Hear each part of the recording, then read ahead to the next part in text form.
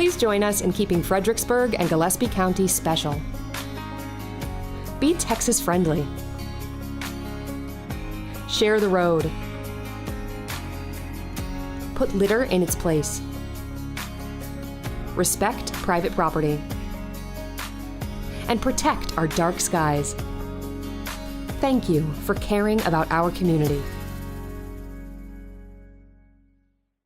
The community in Fredericksburg is growing, and we know that people choose to live here, and for very good reason. It's important that we have resources in place so that people can take care of themselves, so that our economy can keep moving, so that this community can continue to thrive.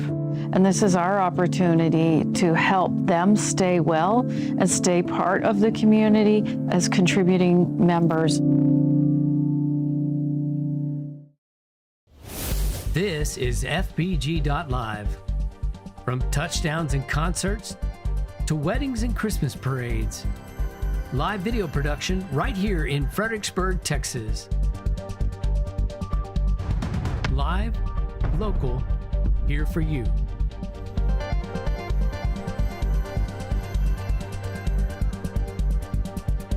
Fbg.Live, capturing your moment for generations to enjoy.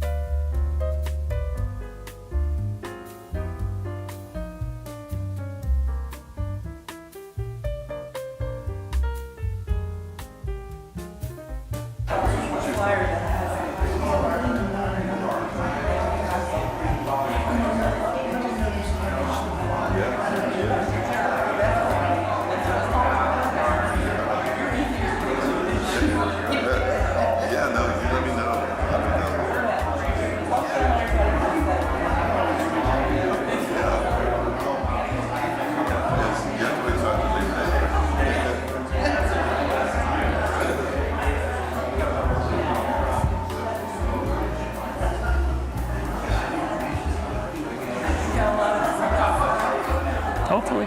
Got a few more people coming in.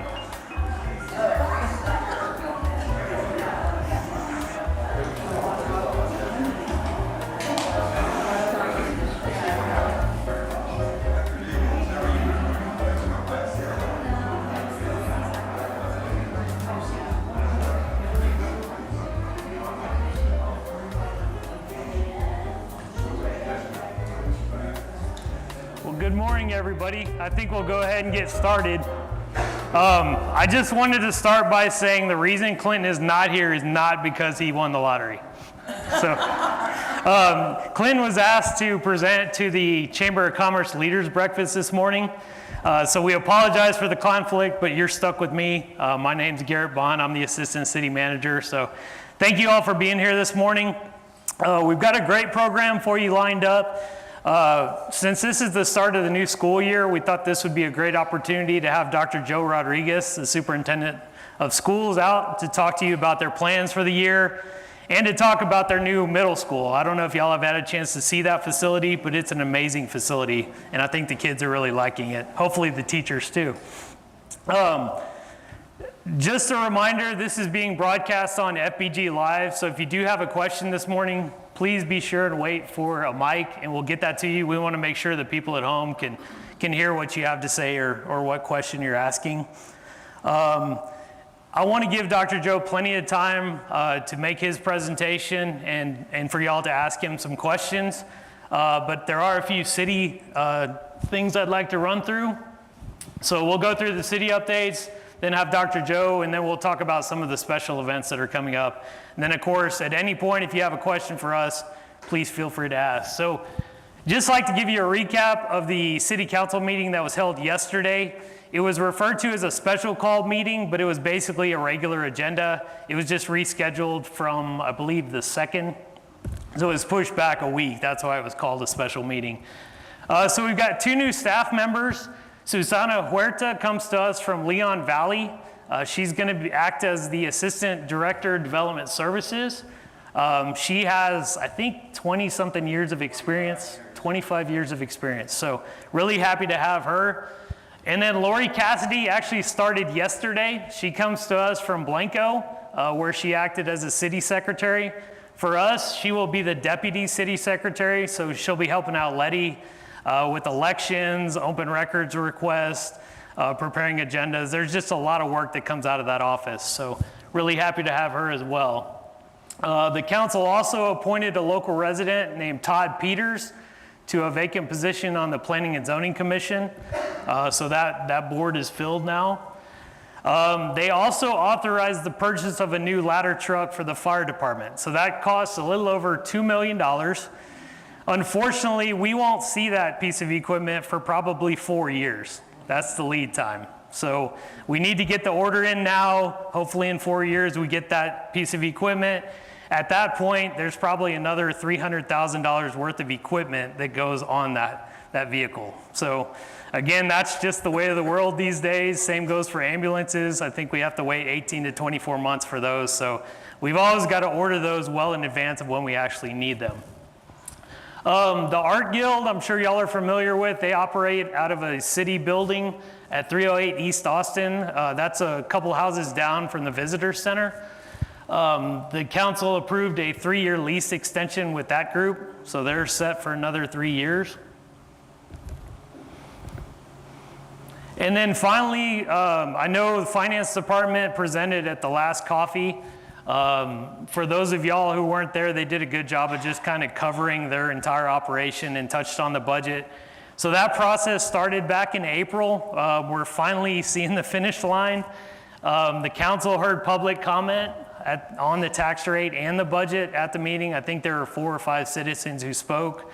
So ultimately, council postponed that final vote and adoption until the meeting next week.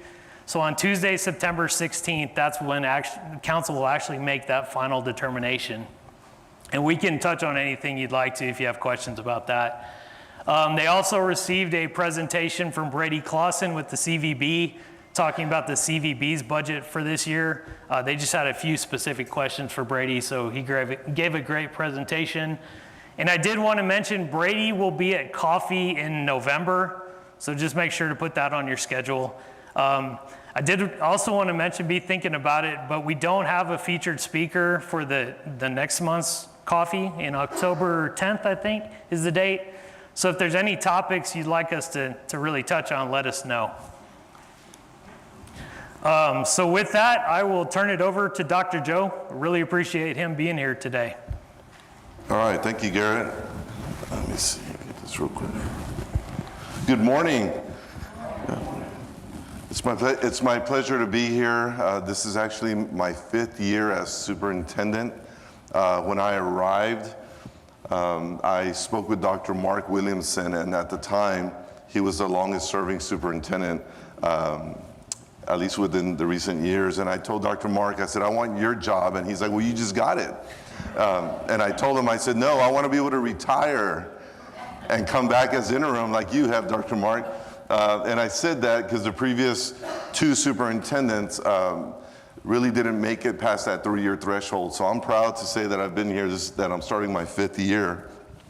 So I'm going to go ahead and get started with a few statistics about Fredericksburg ISD. This catches a lot of people off guard at times when I share this information, but we have been hovering around 3,000 students for the past few years. We do have emergent bilingual students. Our percentage is 21.6. I'm going to jump to special education. We have roughly close to 18%. Hispanic and Latino students make up the majority. White students at 45%. All this data is from 2024. We just started the school year, so we're collecting our new data. The official data will be submitted to the state on the last Friday of October, and that happens year after year. We call it snapshot. This year, snapshot, I believe it happens to be Halloween, so that's going to be interesting. Economically disadvantaged, that whenever I speak to individuals that are not from Fredericksburg, and even sometimes from Fredericksburg, that catches them off guard right there. That's the statistic. Basically, it's 62% of our students are either free or reduced lunch, economically disadvantaged. And that's a label that comes from the state of Texas. There is this perception, especially outside of Fredericksburg, that all students in Fredericksburg ISD are just come with wealth. They come, none of them speak Spanish. You know, that is literally what I hear a lot. So when I say 62% of our students are economically disadvantaged, there's always this shock, and I have to go explain to individuals that what you perceive is not necessarily the reality here in Fredericksburg ISD. I'm going to jump into the accountability. Our overall rating for the last 2 years is a B. And let me explain a little bit about accountability here in Texas. There are a lot of issues with accountability. Every 5 years, for the last close to 30 years, the state has had this system in place where they change the exam. Every 5 years, there's a change to the exam. Every 5 years, guess what happens when you change the exam? Scores drop. Then all of a sudden you build up, scores increase. And if you really study assessments in Texas, you are going to see that it also follows the election cycle. You're able to, at one moment in time, say, look at what I've done. Scores have risen. And at the right moment in time, you're able to say, look at what's happening in Texas. Scores have dropped. So there is this system that occurs, and unfortunately, we are a part of that system. I say fortunately because I truly believe that there needs to be an assessment. Students need to be assessed. We need to monitor instruction. We need to make adjustments. It's just at times the perception is that there's a game that's being played. I say that because our ratings for last year or 2 years ago were actually held up in court. So there was 2 cycles of tests that occurred where there were lawsuits from other school districts asking for the scores not to be released, because in those districts the scores actually dropped. We did not join the lawsuit because in Fredericksburg ISD we actually wanted the scores to be released because our scores went up. So there was never really a concern from us, but finally the scores got released, and they had the 24 scores released along with the 25 scores. We came out as a B. We have opportunities to earn designations and to be in the top quartile performance. And the designations and the number of times that we have achieved top quartile performance actually in 2025 has increased at all campuses. So we're very proud of the job that is being done not only by the students, by our staff, parent support, always critical, and of course our community. And I say our community because we receive a lot of support, more support than I've ever seen before from a community when it comes to mentoring students, when it comes to helping our students read, when it comes to funding programs, when it comes just to funding overall schools. There is more support here than ever before. Mind you, I come from a district where I was overseeing 82 schools. I am now here in Fredericksburg with 6. And there is more support for schools and students and our staff in a district that has 3,000 students than what I observed in a district that had 78,000 students. So very proud of the accountability and where we are moving with that. And just to touch on testing again, the SAT test does not go through modifications every 5 years. There's some changes that occur with the SAT test, but I can only imagine that if assessment was a true national issue, that there would be changes on the SAT test following the cycle, or at least the election cycle. But here in Texas, that's what we deal with, and we're going to keep on moving forward. Now, there have been conversations, a decision has been made. There was a request to eliminate the one-time test, the STAR. So right now the change has been, now you're getting 3 tests a year. So that is a decision that is going to be coming to us in the next few years. So it actually looks like we're going to increase testing here in the state of Texas. I'm going to transition to safety and security. Centegix, we are very proud of Centegix, and I'm going to show you a badge that I have. And for those of you in the back, you probably can't see it, but there's a push button that's here on this card.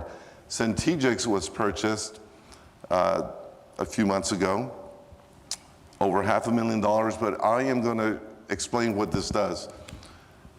Every staff member in the ISD has this badge. Every staff member at any moment in time can press it 3 times. 3 times means I need help. Okay? So if they press this, there are certain administrators that will receive a notification on our phones, on the computer, and it's going to show you exactly where that individual is in the school or in the school district. There are maps. There are maps that we have submitted into the system, and if you are in the corner of a classroom, we will know you are in the corner of the classroom. If you are in the cafeteria on the stage, we will know you are on the cafeteria on the stage, or on the stage in the cafeteria. That is something that we are proud of. In addition to the I need help, if you press it multiple times until you feel the vibration, going beyond the 3 and passing the 3 touches and feeling the second vibration, that is going to immediately notify all first responders that there's an issue at that location. That means school shooter. There's somebody with a weapon. So this is now tied with all our first responders, and there will be notifications that are going to go out. We're proud of this because what we had previously was a process where we had software where you had to take out your phone, you had to put in your password on your phone, you had to log in, you had to make multiple clicks to get the assistance you needed. And I can assure you that is not a good way to spend your time if there is an incident where someone has a weapon or there is a shooting that's occurring. The body does not respond very well to taking your time and putting in passwords and multiple times clicking on different apps to get the assistance you need. So this is a very simple process. We have a lighting system in all our facilities as well. We have strobes that will give you a color, and the specific color that is being provided that tells you what type of issue that is occurring there on the campus. So we're very proud of this. Everybody I've spoken to that works in the ISD, I ask them, how do you feel? And they say, we feel 1,000 times safer than we did in the years prior. So very proud of Centegix. Guardians, we have staff members that are armed. That decision was made a few years ago. It was a recommendation I gave the board. I just felt that it was the right moment in time to go ahead and start training and authorizing the use of weapons for some of our staff members. Now, the staff members must go through a psychological assessment. There is training that also they must participate in. But we do have armed staff members in all our facilities as well. We felt the additional layer of protection was going to be very important for not only our students, but for our staff and the parents that are there.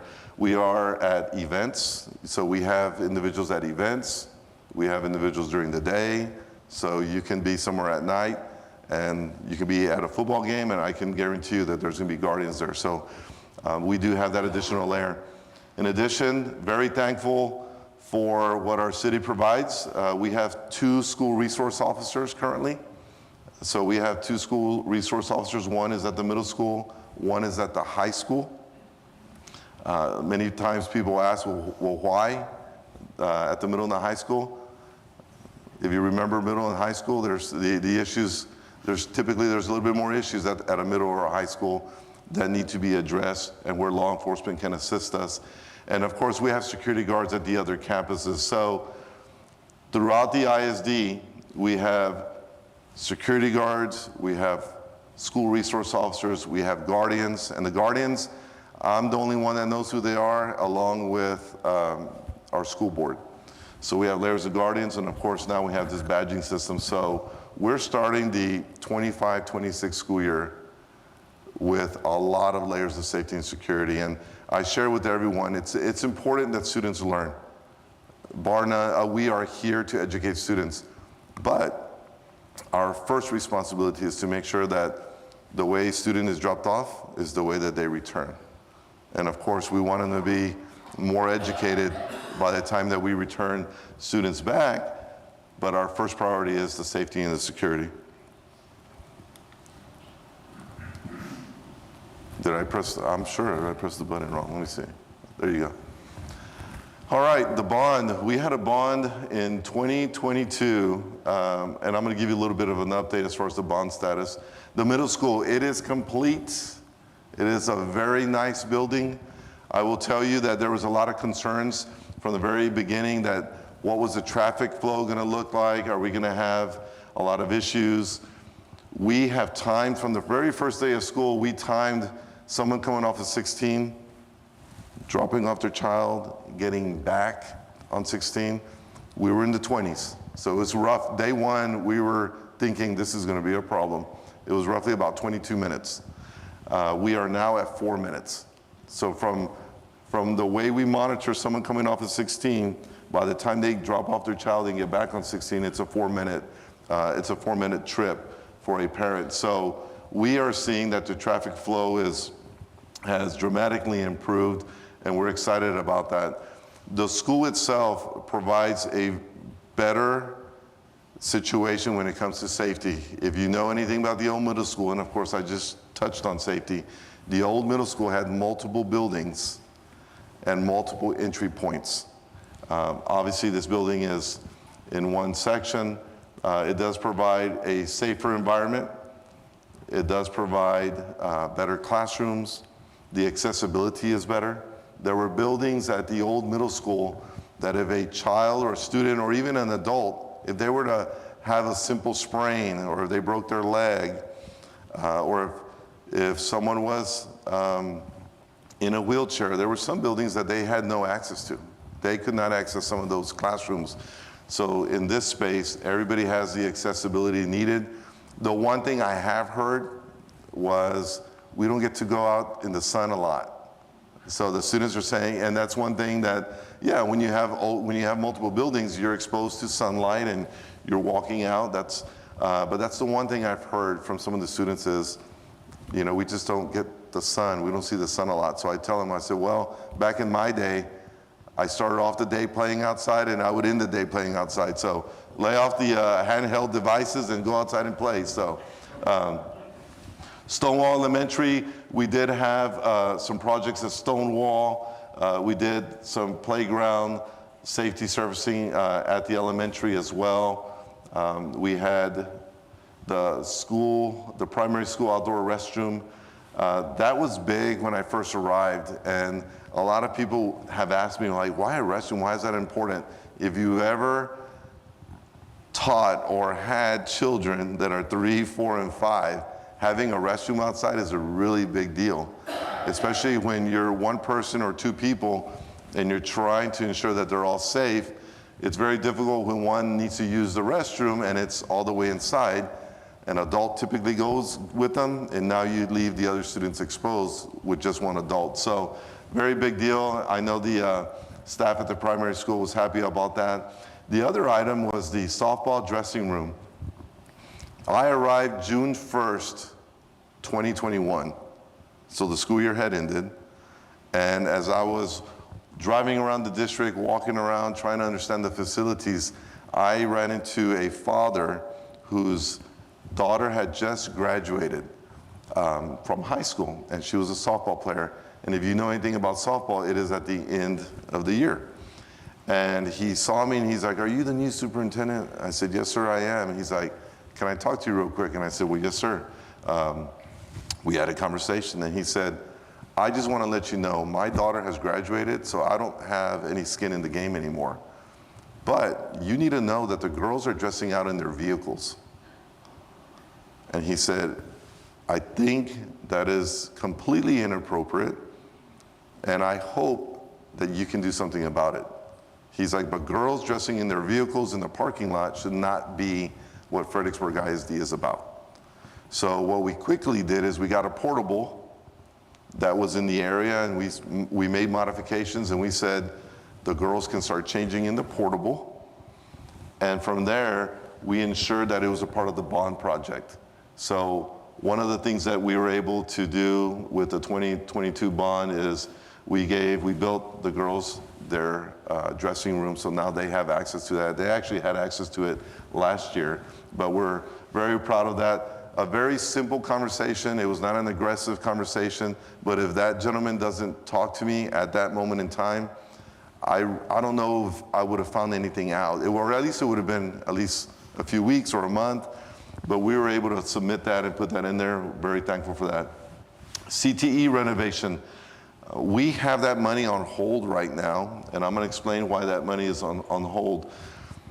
We collected some money, we put it on the side because we wanted to expand our CTE facilities. But one of the things that has come from some of these conversations is we have some money that is available for a potential bond. And during the 2022 bond, we went out to the community, and even though the state placed on every ballot that it would be a tax rate increase, we had to share with everybody that we were not increasing the tax rate. The tax rate was going to remain the same. It was going to remain at 10 cents for the interest and sinking component. And we were able to obviously pass the bond. We have the money on hold because now what we are finding out is that we have the same opportunity once again. There is some money available without a tax rate increase, and we have started having conversations regarding either a renovation or a new build to our high school. There is enough money there to help us get started in ensuring that our high school receives the same benefit that the middle school did. So because of that, the money is never lost. We have the money, we've moved it to the side, and we are going to see if there is an opportunity to expand the high school, like I said, make renovations or have a new build. We're still in conversations. We assembled a master plan committee that has parents, members from the community, educators, and of course, administrators. So we have been having conversations about the possibility of potentially going out for another bond using the available funds. And if we do that, we would then swoop in the CTE renovation money that was available here, and that would assist with the building of the school. So that is where we're at this moment in time. The old middle school campus, what are you doing with it? I get that asked, that's asked a lot. Well, we have a NOC, and the NOC is it's the brain of the ISD. Everything regarding technology, all our information, we call it the NOC, that has been housed in a portable outside of the middle school. That has been there for as long as I've been here, it's been there, but that is not an appropriate location to have the brain of the ISD housed. Portables are, they're locations that are easier to get into, and we're gonna have to move that into part of the middle school. And I wish it was something where I can just get a bunch of people and say, let's pick it up and move it. It's not, it's actually thousands of dollars to move. So that's why that's a big deal for us. We do have community education programs and community sports there, so the space is available. And I was asked earlier if I was going to talk about the track at the old middle school. So one of the things that we have been talking about is we want to expand the opportunities not only for our students, but for our community. The track currently is more of a gravel track, crushed rock. We have been having conversations about putting an appropriate surface for that track, not only there, but also at Stonewall Elementary as well, because we want the community to be able to go use the track. Right now, if it rains, it's gonna puddle in parts, and you'll be splashing water and mud all over yourself. So that is something that we're looking into.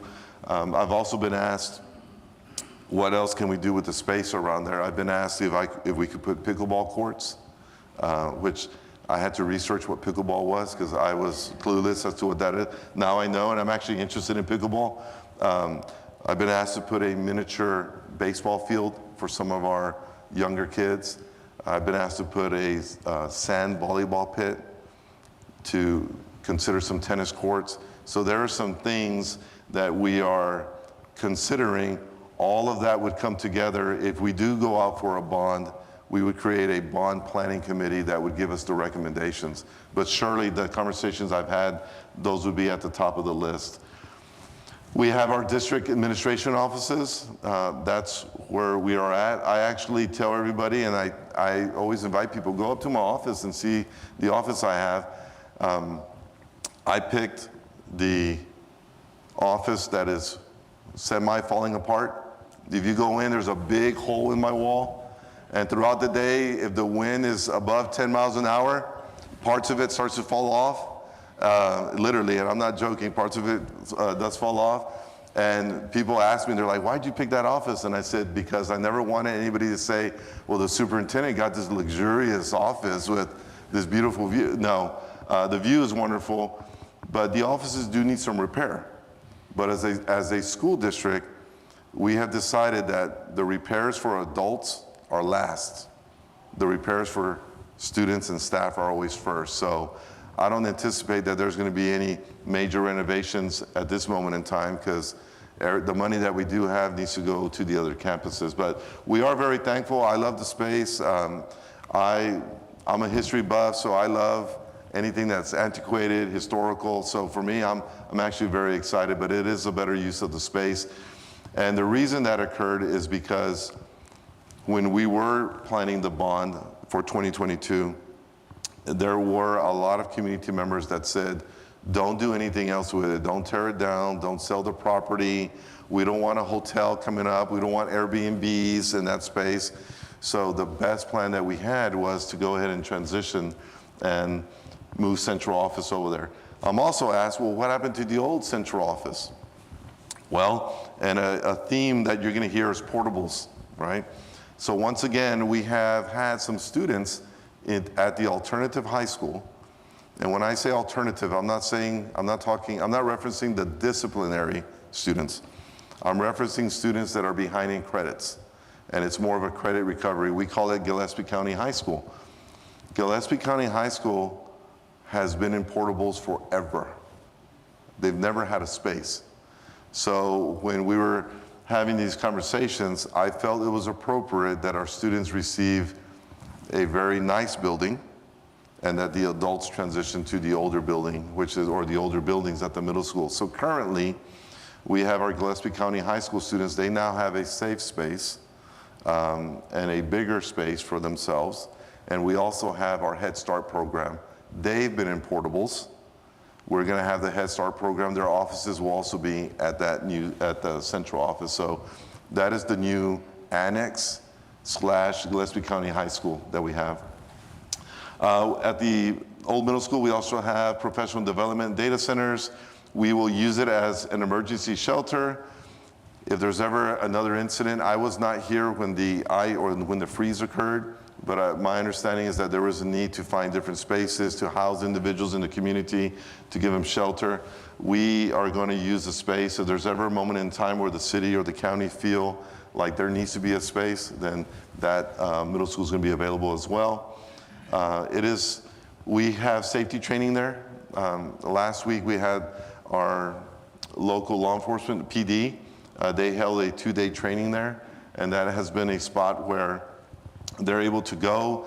It has classrooms, it has an elevator, it has stairs, it has restrooms, it has everything you need if you're training for a potential school shooting and you want to have individuals trained. That is a very good space to use. So there is one building that's designated for safety training, and last week the guardians within the ISD trained with our Fredericksburg Police Department. And of course, we have other rental agreements. We do have Systems Go. Systems Go is our rocket program that was created here in Fredericksburg, and it has blossomed. It's actually throughout the nation. Very heavy in Texas, but it is throughout the nation. I'm actually on the board for Systems Go, and there was a need for additional space, and we went ahead and created a rental agreement. So we do have some spaces that we're going to begin renting out to individuals in the community if they need that space. Oh, thank you. I believe this is the last slide. Something we are proud of is, just so you all know, here in Texas, to graduate, you need between 22 to 26 credits. It depends what plan you're on. And of course, you need to pass some state assessments. I completely understand the need for credits. I understand the need to pass assessments. But when I met with the Parent Advisory Committee, we talked about what else can we do that is above and beyond what the state mandates every other student to have, right? So if we're going to be here in Fredericksburg and we want to say our students do more than the typical ask or request from the state, what can it look like? So for a whole year, we had multiple conversations about this, and I don't know, Paige Finley was here earlier. I don't know where Paige is at, but Paige was actually one of the parents that was on the committee. Parents came up what you see here, and it's the profile of a Billy graduate. And we came up with items that are critical for our students to have and to have experienced when they cross the stage. Beyond the credits and beyond the testing, what do we want from our students? And of course, you can see some of the 5 main characteristics, but the request is obviously academic excellence and preparedness. Well, what does that look like? Well, they said, we want our students to have a strong work ethic. Good old-fashioned work ethic. Yes, it's important to do things right in the classroom, but what opportunities do we have for work ethic? Lifelong learning. We went into character and personal development. What can we do to ensure that every year our kids have opportunities to realize this is what kindness is, this is what integrity is, this is what being prepared looks like, this is what accountability is, resilience, personal growth. Then we went into civic and community involvement. What opportunities do we give our kids from pre-K to 12 to be a volunteer? Do they even know what volunteering is? Or is that just a responsibility of the middle school or the high school, right? So in the conversations, they said, no, it needs to begin from the very beginning. You can volunteer as a kindergarten student in your classroom, and you can learn what the word volunteer means. Do you want to volunteer to pick up the trash after we had an art activity? And that's what they said. We need to start from the very beginning, from the ground up. It's not the responsibility of one grade level or one school, it's everyone's responsibility. We spoke about leadership and social responsibility, and just, what opportunities do our kids have to lead? There are times where you want to select the same student all the time to be the leader because they're the best behaved, right? They do what the teacher requests.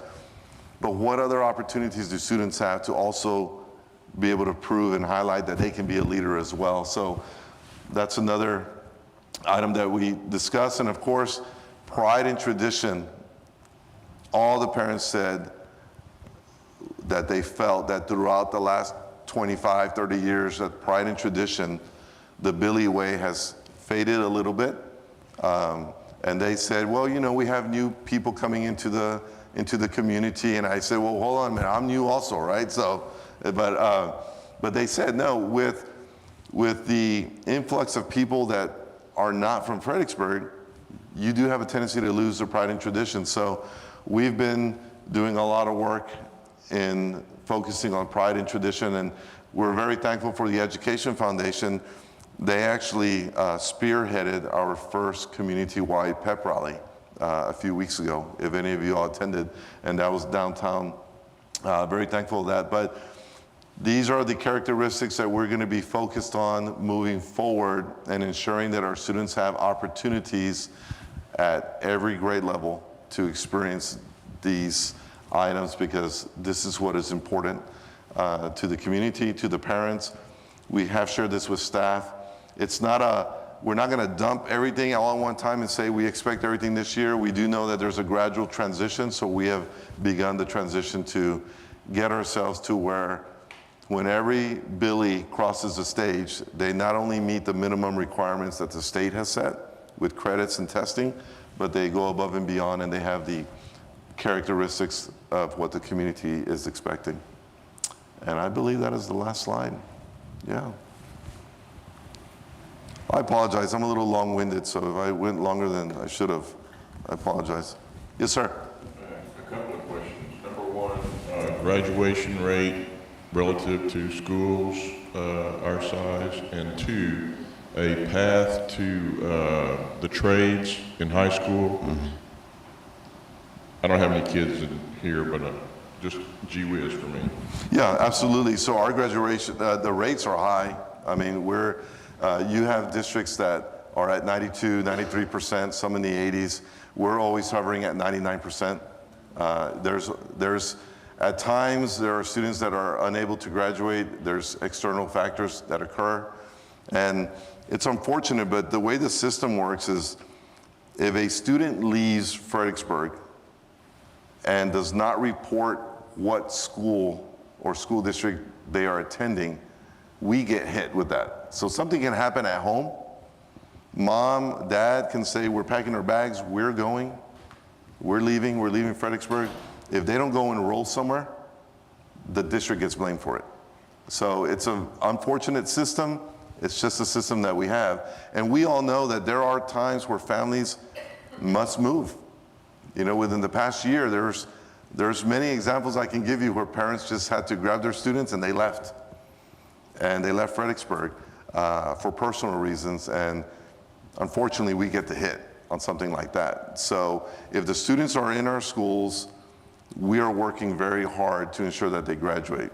But when they leave our schools, if they don't enroll somewhere, unfortunately, we get the mark for that.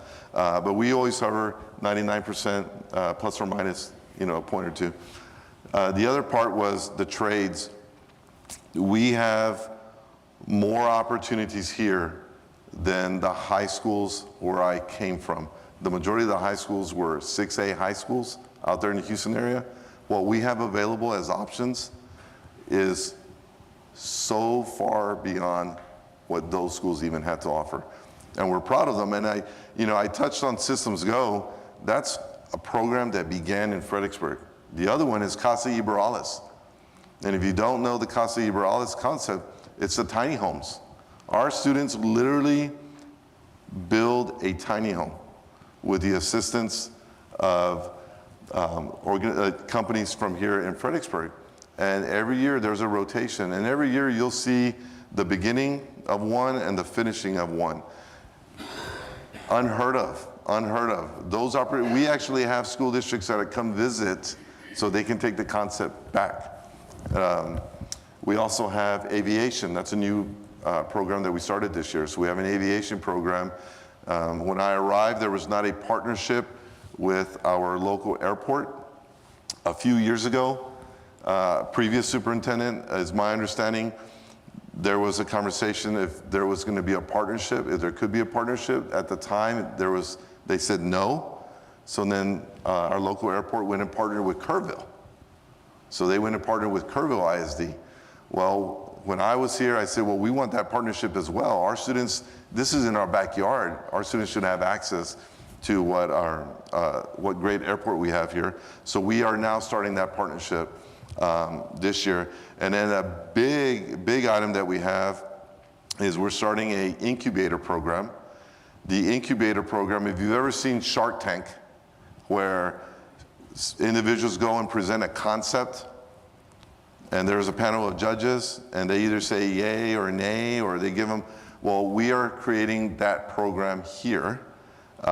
So the incubator program is we have local businesses, we have quite a few, and local residents that are going to serve as mentors and as funding partners, and we're going to begin to have students be able to present concepts at the end of the year, where then they can go on and they can potentially open up their own business, and of course generate a different funding stream than what I ever could when I was their age.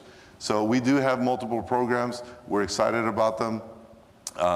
And the ones that we do have, we have Auto Shop. Obviously we have our ag program is just amazing. I mean, wonderful ag teachers. And you know, a lot of times people don't truly understand that even in ag, that program, the leadership that our students receive, the qualities that they come out with are second to none. I mean, it's not just about what they're doing with their hands, it's also about what they're learning for life. And the ag program is a good representation of our students and how they come out. It's a great pipeline for leadership. I wanted to add one new program that everyone should know about. It's called Watchdogs.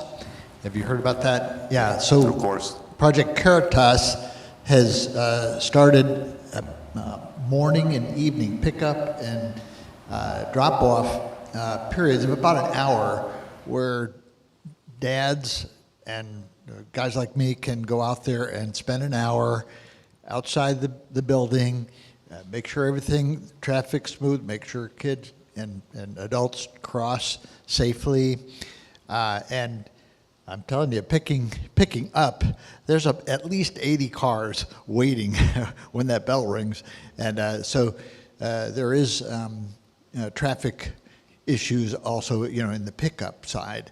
But we're looking for volunteers. We only have about 7 or 8 right now.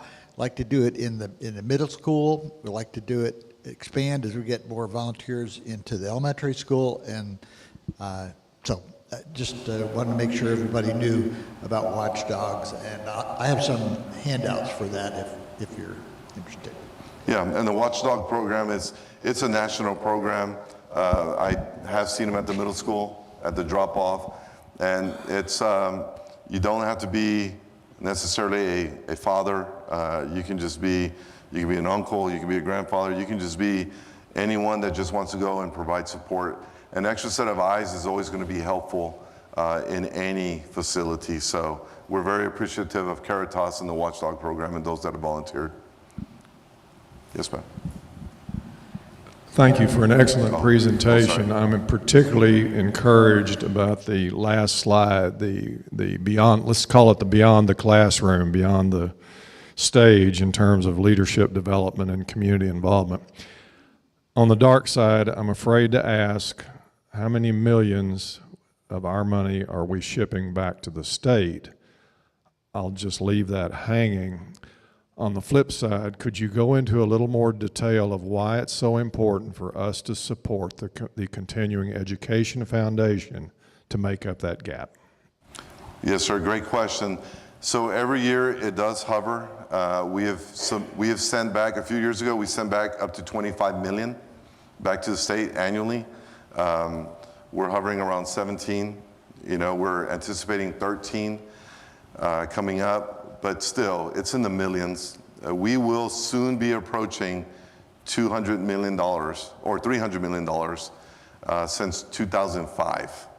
That is a lot of money going back to the state, and it goes for all sorts of reasons. And if you heard of the budget surplus, which I'm sure you did, this past legislative session, billions of dollars that was a part of that surplus was actually from Robin Hood school districts. That's the information that was shared with us by different organizations, but there's a lot of money that's available there. Now, the Education Foundation, what the Education Foundation is, what they do is they are assisting us in closing the gaps. If a school district sends back, and I'm gonna give the state the benefit of the doubt, I'm gonna go low on this one, $13 million, right? So I'll go low. $13 million, if we send back $13 million, that truly has an impact on staffing. We all know that it's very difficult to live in Fredericksburg, especially if you're coming into Fredericksburg. And when I say live here, I mean purchasing a home and even at times renting. It helps with staffing. It helps with some of the items that we know we have to fund, but at times we have to say we can't fund. The Education Foundation has been raising a lot of money for us. They're actually going to begin a campaign pretty soon to help us with technology and safety related items, right? You all saw earlier when I talked about the knock, it's not as simple as picking up that item and just moving it across. It literally takes thousands and thousands of dollars. So there are things at the Education Foundation that they fund. They fund teachers that request money for innovative ideas and concepts. There's a grant process where they're able to fund these teachers to go above and beyond. There's many things that they do for us, and that's why it's important. There is a huge gap, and I can tell you some stories of how the money we send, I can tell you stories of how it's used in other places, and I guarantee you, you will be very upset with how it's used. The monitoring that occurs when the money is gone is non-existent. There is no one in the state that can tell me the $25 million that was sent 2 years ago, Joe Rodriguez, this is how it was used. This is how it benefited other students and other school districts. There is zero accountability for the millions of dollars that this community sends back. So because of that, I will never be a fan of sending money back without somebody being able to share with me and the community how it's benefiting somebody else. Now, I know that there's other communities that are in dire straits and they need money for their students. I understand that. I've actually worked in some of those communities. But when there is not a system to hold people that receive the money accountable, when there's not a system that tells us, well, it's not going to schools, but it's going to this pot of money, and this is how we plan to use it, when there's no accountability, it has to hurt your heart, it has to hurt your soul, because that money could be used here, and we could do a lot of good with that money. Well, I guess he has the mic, so. Just a question about the guardians. I know you have lots of things in place. I probably know the answer to this, but there is security when those people are carrying within the schools to make sure that the students do not have any access whatsoever to that weapon. Yes, ma'am. The students will not have any access to that weapon. Yes, ma'am. It must be on the person at all times, and it cannot be left anywhere. So it's on the person at all times. Yeah. So it is concealed. Good morning. Dr. Joe, that's staggering to hear that there's no oversight on those dollars that are leaving our community. But I'm going to pivot back to sports for a second. My daughter played volleyball for many years. Club volleyball is almost essential if you're going to go play at the high school level. And you mentioned 60% of our kids are economically disadvantaged. So a lot of those kids cannot access club volleyball, the cost of club volleyball. So the open question for your board, if you can carry that back, is would the school board consider making the volleyball courts available at the middle school if there's a grassroots effort by families that can't afford club to access the volleyball courts there and take advantage of that and try to stay on a level playing field for the high school level? Oh, I appreciate that. Yes, sir.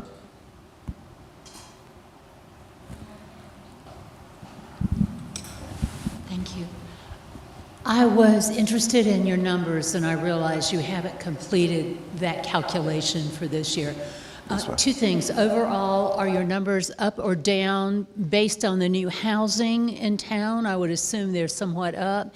And the other thing is, what do you feel that the program that the municipal court is working with youth who get into trouble to keep them out of trouble and give them a chance to make life a little better? How do you feel that's working for your students? It's a wonderful program. I appreciate you touching on that. That's working very well. I believe we're in our second year with that program.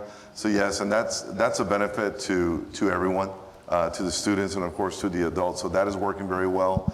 As far as the numbers, our numbers, what I'm seeing, we are down slightly compared to last year at this moment in time. And I truly believe that there's some external factors not related to the ISD that may be having an impact to a slight decrease in those numbers.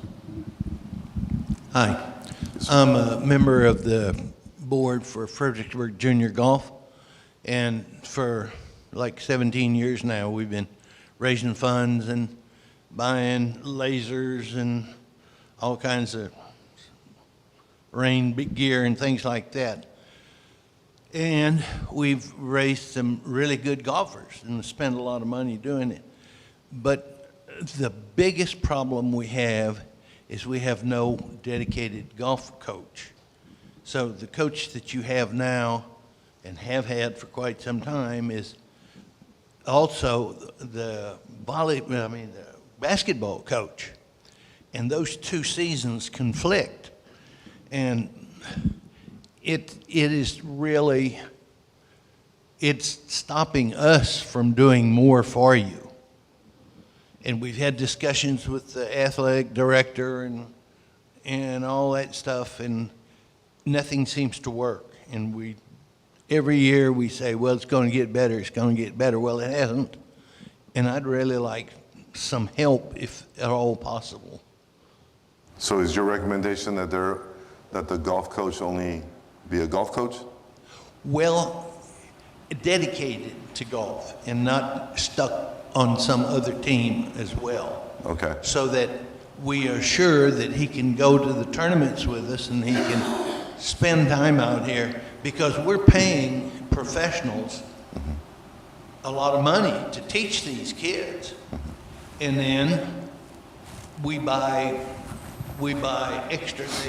You only issue them one shirt, and they go to 2-day tournaments, and they've got to wash them in the sink at night.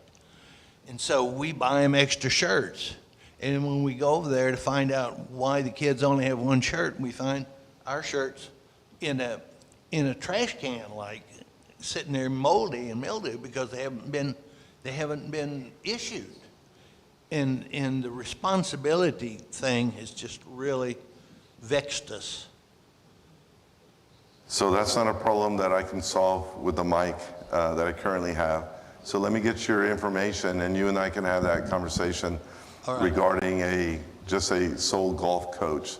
This is the first time I'm hearing about it, but I'll get your information, and you and I can sit down and talk, and we can expand on the conversation. Okay. All right. I appreciate you bringing it up, though. Yes. Any other questions? Oh, well, let's give Dr. Joe a round of applause. Thanks again. Great job.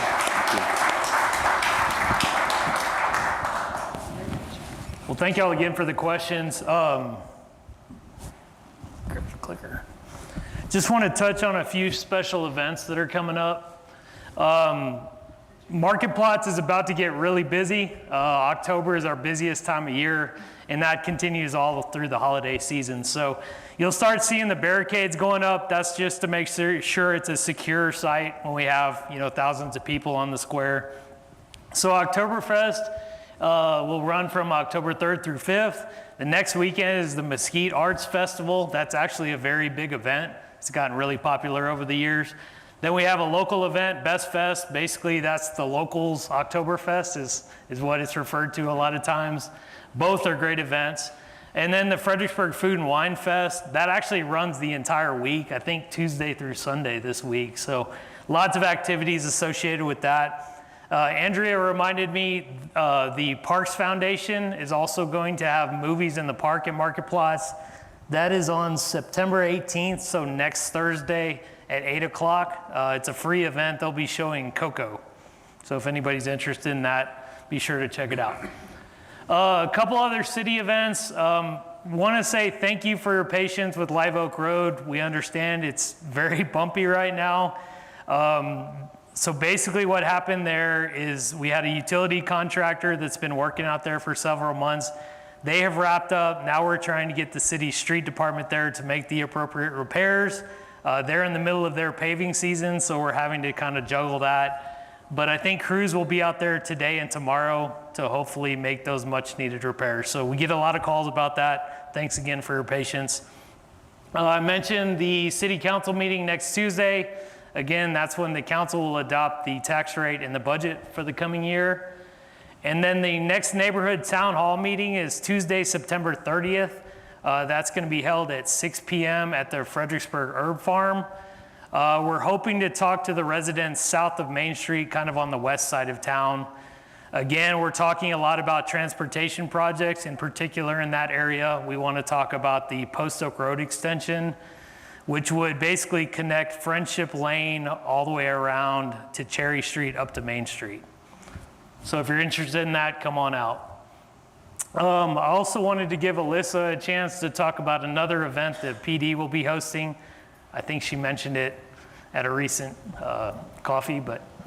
Yeah, so as Dr. Joe mentioned, housing is expensive in Fredericksburg, right? And the Fredericksburg Police Department Foundation Fund is hosting our second annual casino night. We are having it out here at the Hangar Hotel on November 14th, and all of those proceeds are going to our officer housing fund. Our main goal is to get our officers living in Fredericksburg.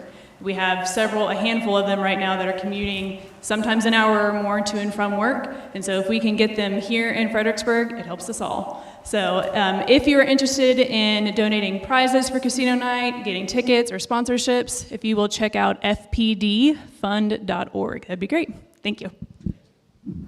That's a great event. So if you're able to make it, come on out. I think that's pretty much it. Wanted to make sure there's a few minutes for questions. So I guess, Sean, if we can just start over here. If you don't mind either raising your hand, we'll kind of go around the tables again. There's one in the back, I believe.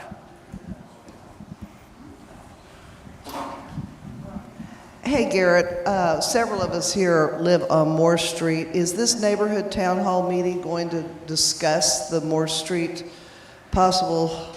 So we're talking about all the projects and transportation all around the city. We want to focus the discussion on the Post Oak Road project, but of course Moore Street would be mentioned. Okay, so we should be, all of us on that side of town can come to that. Yeah, so again, the town halls are really intended for that particular part of town, but it is open to everyone. Okay. We have some very serious concerns. Sure, and we've heard them. So again, that's the whole point of the town halls, is where we can get around the entire town and just hear from people, and figure out what the main concerns are. Okay, thank you. Sure.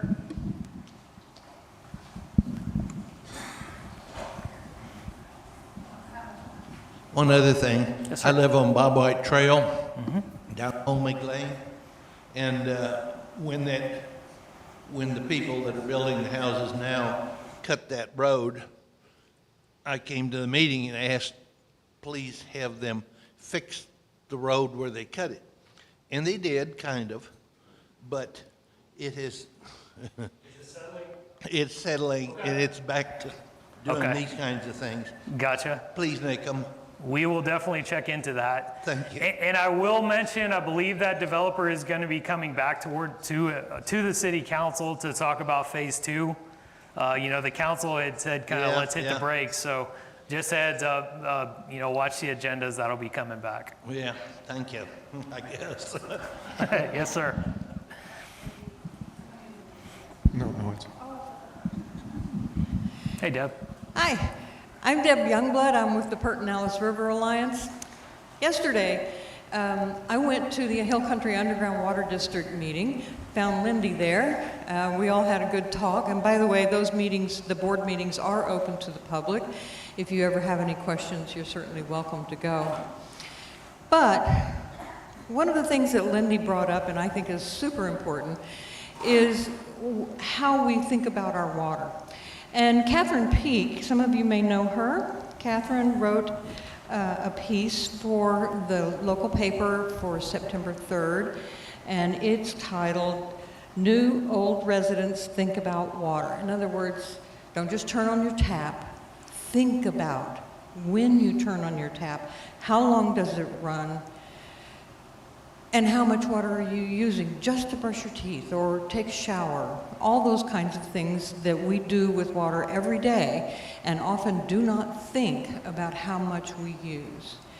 Now, why is this important? We've had rain, so aquifer levels should be high and we should be rolling in the water, right? Wrong. We have years and years worth of drought to make up for. It's going to take a long time for our aquifers to recover. So even though some people think, well, the drought's over, I want you to be able to say, no, it's not. It's not over. We need to continue to conserve. We don't want to be using good, perfectly good, drinkable water on lawns, on washing concrete driveways. In other words, wasting that water on things that don't feed us, don't feed our environment. We've got to be aware every single time we turn a tap on. So that is my request. And the second request, of course, is that you share this with your neighbors. Share it with your friends. Share it with their relatives. And if you say, but we're on a well, well, you know, we all drink from that same aquifer. So please, conserve water. Thank you. Thanks for that. And I'll just add, you know, it's not just water. We focus heavily on water, but it's electricity, it's minimizing solid waste, recycling. So that is one thing the city's really going to be working hard at in the coming years, is getting the word out about all those efforts. Hi, I'm Janine Davison, my sister-in-law Diana Davison, and we're also interested in the Moore Street bypass. Are there any updates? Has any more conversations or updates on that? Again, there's nothing imminent with this. That's the whole point of these town halls, is to get around the entire community, hear from everyone involved. Really what we hear is there's a traffic issue in Fredericksburg. So we're proposing some of these ideas. The reason really for Moore Street coming to the forefront is there's some developments being talked about on that northwest side of town. So one of the directive council gave staff is, you know, look at what the solutions may be there. But again, we're working closely with the school district. You know, I know Dr. Joe talked about the high school potential bond proposition. So ultimately, that would take a bond proposition of the entire city to fund that project or one of those projects. That's going to take years to develop. So at this point, it's not really a high priority. We've heard from some of the neighbors that they're very uncomfortable with what that would do to Moore Street. So we hear you. Again, we want to hear from the entire city. That's really what we're trying to do. So, yes, sir, George. Okay, yesterday we heard late in the game about that the mayor said would be on the future agenda items, I think in October, about Texas proposing or implementing some low-income housing project, and it sounded like, wow, where'd this come from? You got any news on the low-income housing proposal? Yes, so this is a project that's been talked about several times. It's located on a tract at the northwest corner of Eagle Street and Friendship Lane. The Texas Housing Foundation is working with the development team. The last time they came before the council, they were asking for tax abatements. So basically, they didn't want to pay property taxes. That would impact not only the city, but the school district, the underground water district, the county. And so the council had basically told them, unless you have the support of those other entities, we're not interested. What we've been told, and we haven't seen the formal proposal, but they're coming back, they're not requesting any tax abatements. So basically they would pay full property taxes for that project. So we're not sure what the benefits are just yet. They're supposed to send us their pro formas. We'll take a look at that, and all they've asked is that they go before council again. So that just popped up, George. We don't have much info, but I would anticipate sometime in October we'll see them again. And again, I think what they're saying to us is it's going to be about 70% of the market rate, or between 50 to 70. So all of the units would be below market rate, which is something we really need. Sir. The project that's under construction at the Y, is there some diagram that shows me what that's going to look like when it's finished? So I know the approved site plans are in the P&Z packets. I don't know if they've put out any renderings or anything. Have you seen anything? Let me get you my card and I can send you something. Yeah, I'm happy to give you my card as well. But they are making progress. Have they gotten approval of the retail center area yet? No, not yet. Okay, so right now they're focused on the hotel and meeting space portion of the project. Again, that's still probably 18 months before it's completed, so it's going to take some time. So back to that affordable housing real quickly. When I was on council, I met with the developer on that, Tony Klein and I did, and I was asking about market rates, and they were indicating they were going to be in the $1,300 range, $1,325, and I did kind of an informal survey on some Main Street retailers, and they really define affordable as somewhere in the 900 range. So at the time, the original proposal was, I forget the total number of rooms, half would be subsidized and the other half would be open market rate. So I can tell you right now, I think Barron's Creek, when I looked at their 1-1s, they were well below the $1,300 rate. So I think they have more work to do to be affordable. I'm glad they backed off the ad valorem tax, because these properties become retirement communities over time, and they have a higher requirement for services because of the demographics of their customers. So I'm glad they backed off of it, but I'd be curious to see if they've reset rates.